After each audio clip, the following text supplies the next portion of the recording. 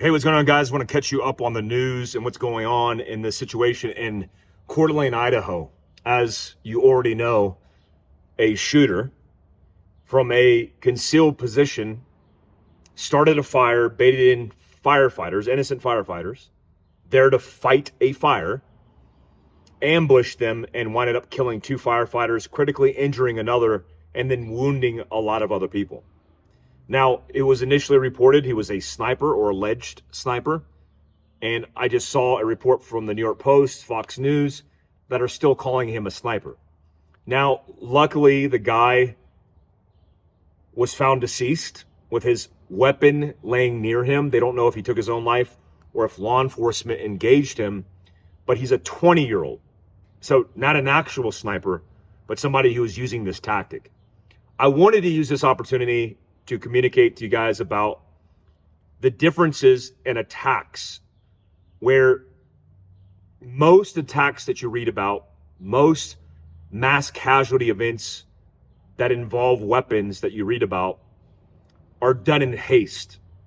They're not premeditated. They're not deliberately planned. Let's think about a few deliberately planned things. This event that happened with Molotov cocktails that happened in Boulder, Colorado. Definitely premeditated, planned.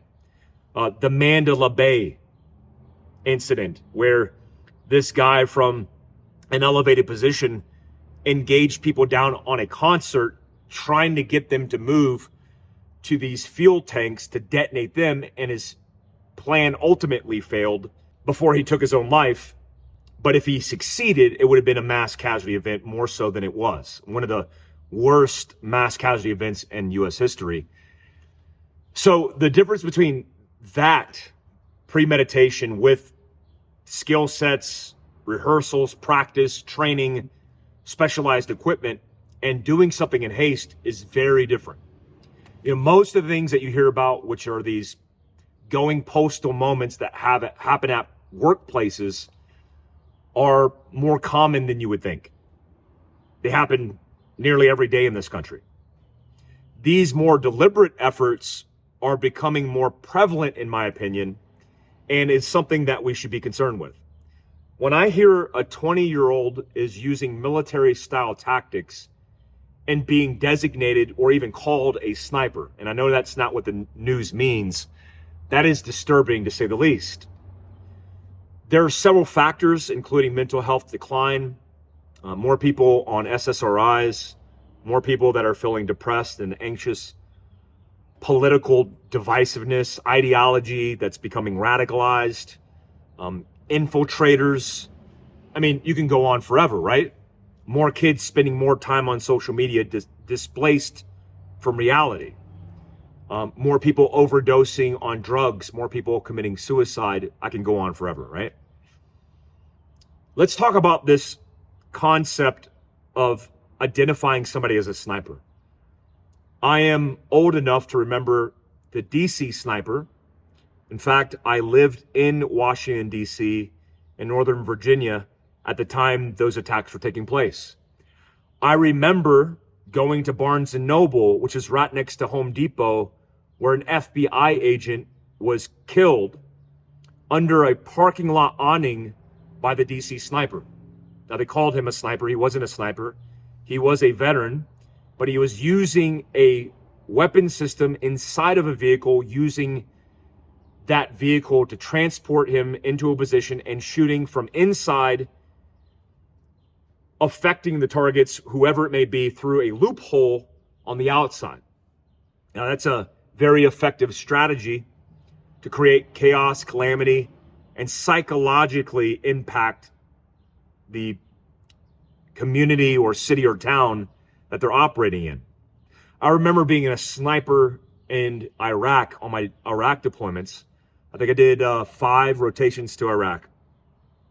And I remember some of the earlier rotations we had this sniper, I believe his name was Juba the sniper. And we were doing counter sniper operations looking for Juba. And you guys who are old GWAT vets or know about GWAT history, let me know in the comments section if I'm right. I believe it was Juba, like Juba. But we read both PowerPoint presentations and intel reports on where he is located, and we tried to find him. Counter sniper is the most difficult thing to do because you're finding somebody who's hiding in a concealed, likely urban position, shooting through loopholes, creating chaos on the battlefield. And the question partly is, why is this a potential factor in domestic threats? Well, when I heard the news that a sniper, in air quotes, was in the mountains of northern Idaho in Coeur d'Alene, engaging first responders, I thought to myself, one, the sheriff likely doesn't have the understanding doctrinally on how to address this type of tactical situation. He might have got a PowerPoint presentation. He might have had an experience of a barricaded shooter. But to have an actual sniper that's trained in all the things that snipers are trained on, which I'll go into, versus having a shooter who's in a position concealed, is very different. Two very different things. When I heard there was only 2 casualties, I thought to myself, likely not a sniper. When I heard that the media was calling him a sniper without knowing his identity, I thought, likely not a sniper, an actual sniper. Now, the word sniper is a noun. It started off as a verb because it used to be called sniping. And the word sniping comes from the 1700s, the 18th century, where English officers in India, and I only know this because I used to geek out about sniper history because I was a sniper. And these British officers in India would hunt this bird called the snipe. I believe that's what it's called, a snipe. It's like a little small bird. And there's a whole bunch of these, like 20 different types of these birds. Very difficult to kill. They would write letters home to England saying that, for example, they had a good day of sniping. And then as you evolve this through military history, where you had sharpshooters, you had snipers in Stalingrad and, World War II history, Carlos Hathcock in Vietnam, then you had actual designated positions that were called snipers. Snipers in the military are very rare. We're a very small percentage of the overall force. And a sniper in a military setting has specific training to make him a sniper. Meaning you don't have an infantryman, and just because he shoots a rifle and he knows Kentucky windage doesn't mean he's a sniper. To be a sniper in the Army, for example, you have to go to U.S. Army Sniper School at Fort Benning, Georgia. That gives you the designation. I forget the identifier. Victor. No, that's Ranger qualified. Papa. Things, whatever the identifier is to be a sniper. Golf. You old Army snipers, let me know. For example, in Special Forces, if you're a Green Beret, if you're a Ranger in RRC, Ranger Recon Company, or in Ranger Battalion, you're in a Ranger Battalion and you're in a designated sniper position, you would go to SOTIC, which is now known as SIFSIC, or Special Forces Sniper Course. That designation would be given to you upon graduation, and also Delta Force snipers go to that school as well. Why do I bring this up? Because it's very different to be media designated as somebody who's in a concealed position or having a technical skill set as a real sniper.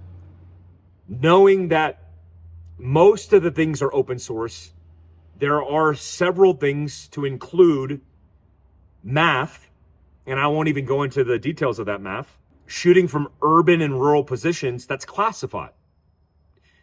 If a sniper in special operations was the one that was on that mountain, in that position, it would have a very different outcome. It would be very deadly. Not likely to see that because every sniper I serve with is a patriot of this country and would do anything to protect it.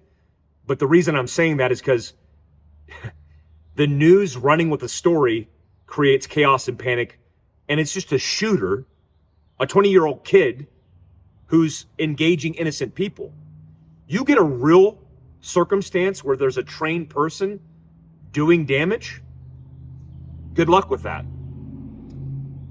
There's a movie called Full Metal Jacket, which I just watched, ironically enough, last night, where the drill sergeant talks about marksmen and sharpshooters.